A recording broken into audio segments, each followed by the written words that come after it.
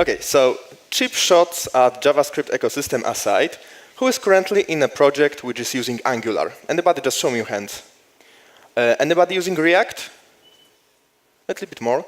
And who actually ever wrote a line of JavaScript in their lives? Okay, that's pretty much everyone. So this talk is not going to be about JavaScript, it's going to be about Elm. And if you are to believe the advertising, Elm is a delightful language for reliable web apps. So it's a pretty big claim, right? Today, I really hope to answer 3 questions for you. Firstly, how can you really start diving into Elm? How can we make those claims? How does it work? How that those qualities of Elm are actually possible? And really, first and foremost, why should you even care about Elm?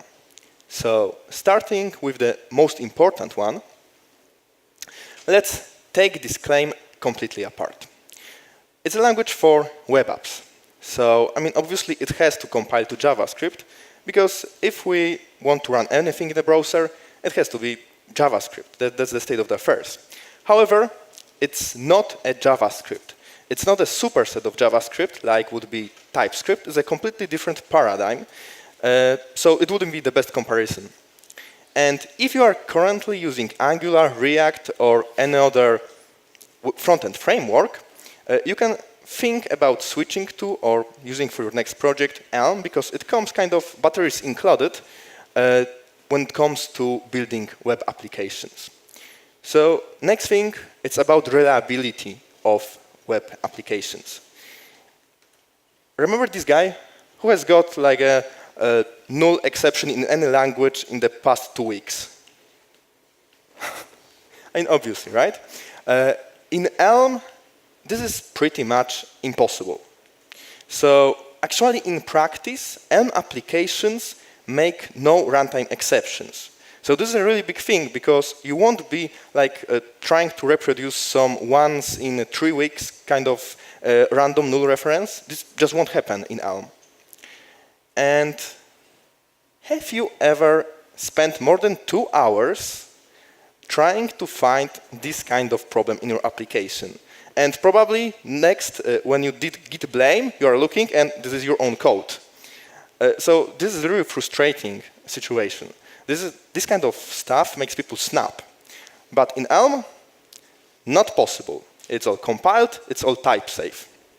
So those two and some other qualities of the language enable really easy introduction of changes and really safe refactoring, especially when compared to natural JavaScript. So this brings me to the delightfulness of the language. There is actually a lot of hype surrounding Elm. If you know someone who actually works in Elm, who is at least trying Elm, you probably heard a lot of good words about Elm because everybody wants to share it, because everybody is so excited about it. And I mean, obviously, I understand it. I'm standing here in front of you, trying to kind of motivate you to look into it. And that's because working in Elm just feels great for the developer. If you switch back to JavaScript after doing anything in Elm, it's going to feel like a downgrade, pretty much. So why would that be? Firstly, if you actually, once you get your code to compile in Elm, it's most likely to be correct. There are not only no runtime exceptions, but pretty much any kind of runtime surprises are very rare. And if you want to really model your domain, if you want to model complex logic, Elm is a great choice because it enables you to be very expressive. It reads very well. It's kind of work. We usually read code much more often than we write it. And Elm is really a language where reading code is easy and it really feels good. And kind of another thing is that it allows you to time travel on a daily basis. I'm going to come back to this later, but those are really the things that make the developer experience really interesting, something worth to try. So this is pretty much why I care about Elm. I want to make reliable applications, and I quite honestly hope that you all also do care about making your applications reliable. And I want to enjoy the everyday experience of writing code. I want to really feel like I'm controlling a jetpack and not an angry rhino running on a minefield, because that's kind of how working with pure JavaScript sometimes feels. I'm a programmer because I enjoy solving complex problems, and I really hate when my tools are part of my problems. So that's why you may want to consider Elm. So those were some really extraordinary claims, like no runtime exceptions, really readable code, and so on and so on. So how does it work? How is it achieved in the actual language itself? For this, we're going to follow the adventures of our imaginary friend John, who is currently an object-oriented programmer, and he will be diving into Elm. So what he will actually see. Well, as Elm is a functional language, and this brings a lot of bad PR. When we think about functional languages, when John thinks about functional languages, the first thing that will come to his mind is this kind of forbidden word that starts with M and rhymes with donuts. Because when we think about functional languages, we usually think about really esoteric concepts. We have this belief that they are useful only for academia and so on. In case of Elm, it's not so, because Elm is a very pragmatic language, which is kind of beginner-oriented.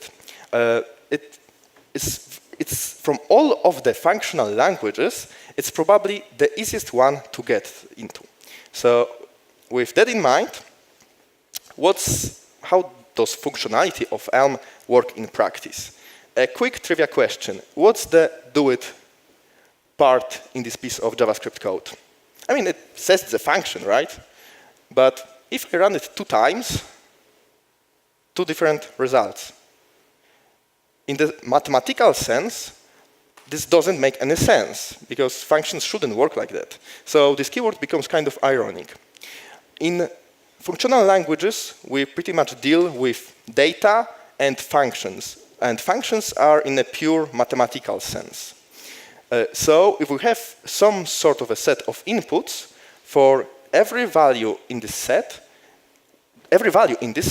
will be mapped to exactly single value from the possible outputs.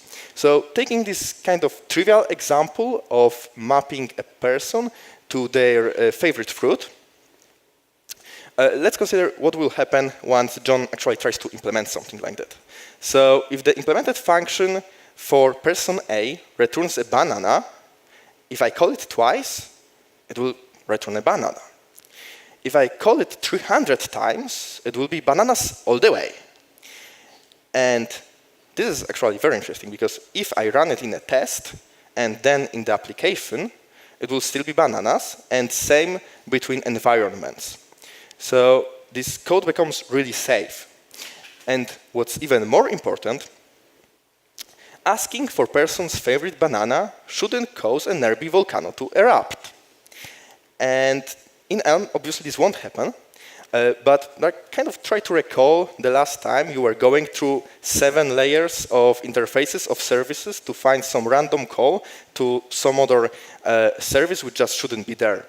At the basic level, in Elm, everything is a computation, and computation shouldn't affect the world outside of it.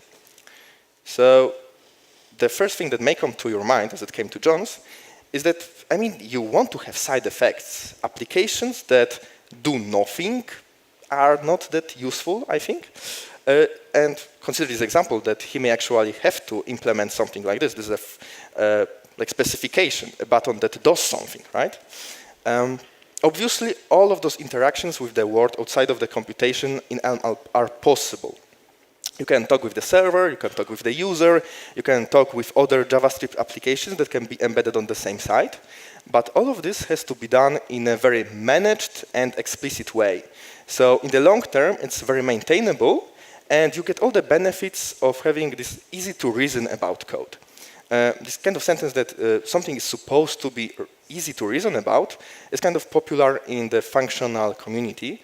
And this is something that really makes both the development itself and like the further maintenance much easier and more pleasurable. So once John actually starts coding, he's going to explore that compiler in Elm is his best friend. So if John creates a function that only takes bananas and he tries to put in an apple, the computer is just going to say no.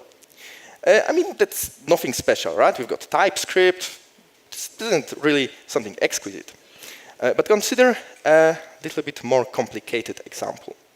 Consider a function that takes any possible fruit in the application and then does some logic based on the type of the fruit. So if John adds a new type of fruit, but does not adjust the logic in any possible function in the whole application that is based on it, the computer is again going to say nope. And how would this look like in code? So this is actually a union type. So at any point in time, a fruit can be either a banana, either an apple, and so on. And this would be an example of a function that branches its logic based on the type of the fruit. So as you can see, it's missing one of the cases for the newly added value. What's going to happen? This is an actual exception from the compiler, which we are going to get in this situation. And it tells us exactly what is wrong, where is it wrong, what do you need to do to fix it, and even more possible information, like link for like additional information. So think for a second, how would this turn out in a JavaScript situation? If you have like very complex logic, somebody adds additional widgets that have like really this logic that branches based on those types that you are working with. In Elm, all of this is absolutely safe. Talking about exceptions, I mentioned that this exception is impossible to get in Elm. How is it possible? Well, there are no nulls at all in Elm. Now, if you are coming from the object-oriented programming languages, this feels kind of weird at first, because, I mean, where are my null values? I'm used to them. Why would we remove them? So I hope I won't butcher this name, but have anybody heard about entrepeneurs? Has anybody used a quicksort algorithm ever? Okay, so entrepeneurs invented not only the quicksort algorithm, but he actually introduced the null reference around 50 years ago to the programming. And 10 years ago, he apologized for it. He actually believes it was a really bad decision. Because in practice, it leads to surprises. Because something that you're expecting to be a user, a person, or some other address value, or anything else, it can turn out to be nothing. And your logic explodes. So in Elm, it's impossible. There are no null values. But obviously, we may want to model something that doesn't have a value. The case where user doesn't exist is actually a valid kind of logic business case. So how would this work in Elm? Well, let's just say that if some value perhaps is something, then let's call it that it's maybe something. And in the runtime, it will be either just some value or actually nothing. So this really brings us this benefit of having safety about our types. We can never get null reference exceptions because it's impossible. Now, actually, I'm going to shut up for 20 seconds and leave you with this slide. And leave you also with two questions. How would you model this type of domain in JavaScript? And how reliable this would be in the long term. So please just read it through and kind of analyze it. What do you think about it?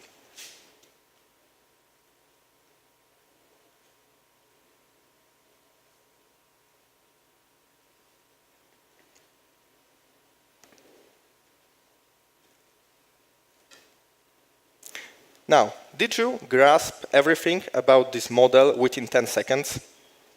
Just yes, no? Yes?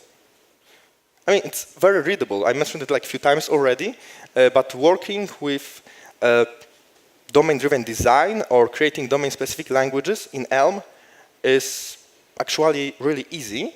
And when compared to like natural JavaScript, it's pretty much possible, because in JavaScript it's really hard to do. And talking about large features, I mentioned time travel. Imagine that next time you're getting a bug from a QA process, you're not getting 70 steps that are required to reproduce it, and they sometimes work, sometimes not, because your logic is convoluted. But you're actually just getting a file that you load into your local instance of the application, and it allows you to see all the state of the application that has happened before the bug, after the bug, and during it. And you can actually freely switch between those states and see how your application looked like, what was possible, what was not, according to the moment of time.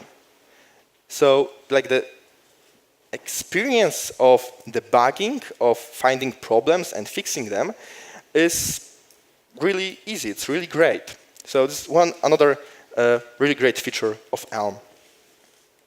One of the things you may be wondering about is how does it communicate with other applications? So can I actually embed it in my current project? So the answer is obviously yes. You can embed it both as a completely standalone application, or just introduce a very small component that will do a single thing. So you don't have to rewrite a whole application from grounds up if you want to try Elm. You can just try to create a very small component that you can embed in Angular, React, or like another front-end framework. So you don't have to really commit yourself to Elm for the long term. If you just want to try it, you can just safely embed it. And communication, obviously, you can send information to Elm programs and gather information from them, and it's done through this mechanism of ports, which kind of gives this security that your logic in Elm won't be broken by incorrect JavaScript. So this is actually how embedding works. Now I have spent like 15 or 20 minutes talking about the benefits of the language, and if someone stands on the stage and does not mention any drawbacks, he's just trying to sell you something, or get you on the hype train with him. So let's maybe consider some of the drawbacks, really. So firstly, it's a quite young language, so the community is not big.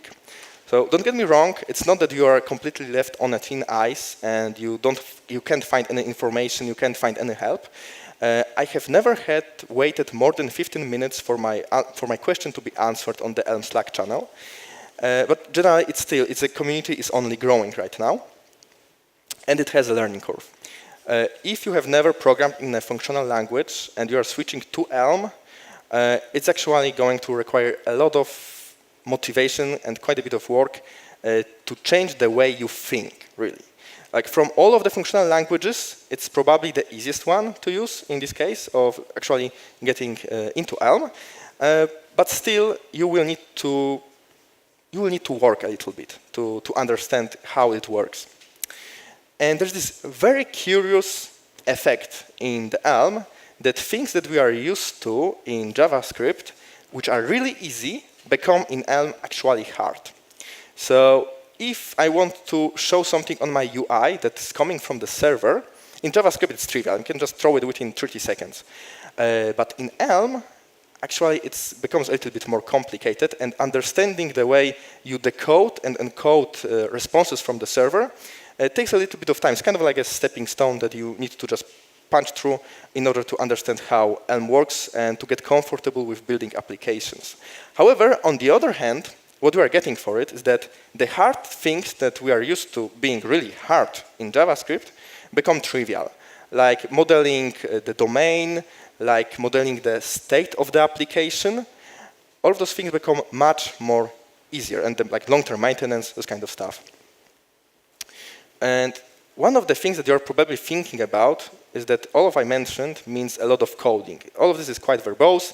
We'll probably have to spend like countless hours thinking about this, thinking about that, just coding all those possible edge cases and so on. And you're right. As you can see on this like very scientific chart, time to get something on the UI, to just code up some minimum version of the feature, in Elm will be larger than in JavaScript. But if we consider any sensible definition of done, where you actually run the code you just wrote, you did some minor testing, you send it to QA, you got the feedback, Elm is going to be the winner. And if we think about doing a long-term maintenance, Elm is going to be a much better solution for projects. Now, this brings me pretty much to the last part of the speech. So how can you start diving into Elm? But first, let's consider where actually Elm would be a good choice for what kind of a project. So obviously, if you have very complex logic, it will be a good choice. Same goes for applications that just cannot run runtime exception, that where logic, all of the edge cases have to be covered, where you just cannot allow yourself to have any mistakes. I kind of hope that you all think this about the applications you are making, but this is where Elm really shines. Same goes for domain modeling. If you try modeling domain in JavaScript, it's kind of not that easy. It's a really hard thing to do. In Elm, as you have actually seen in the code, it's not trivial per se, but at least the language is not going in our way. It's not standing in our way. And same goes for like long-term maintenance and project, and generally long-term projects. Because if you come back to your code base a year later and you introduce any changes, it's pretty much impossible to introduce kind of an unexpected change, like the case of adding new type of fruit that I mentioned before. Now, obviously, it has some drawbacks. So if you just really want to get something from the server and just show it right now, you don't care about the quality, you don't care about the maintainability, then it won't be really the best choice. This is not probably the language I would choose for like a very short hackathon. And if you are considering very heavy integration with third-party libraries, for example, if you want to use very complex visualizations in D3.js, you need to be careful and first test out whether your approach will work out at all, and just really kind of be a little bit worried whether this will be the best approach, because you will find some problems because of the difference in the paradigms in this case. Still, you can actually kind of solve this problem and get benefits from both worlds, because you can just have all your logic, all your kind of domain logic in Elm, and then just have it communicate with a JavaScript that will be showing all the visualizations. So this is something you need to kind of think about. So this is all really I wanted to say about Elm today. The first link is the main page of the Elm language, so hopefully you are at least a little bit motivated to check it out over there. And on my materials for yesterday's Elm workshops in the README file, you will find a whole list of links to speeches, to courses, and general things that you may want to check out if you're interested in Elm. So I'm Materowski, if you forget about it, and thank you very much for listening. Bye.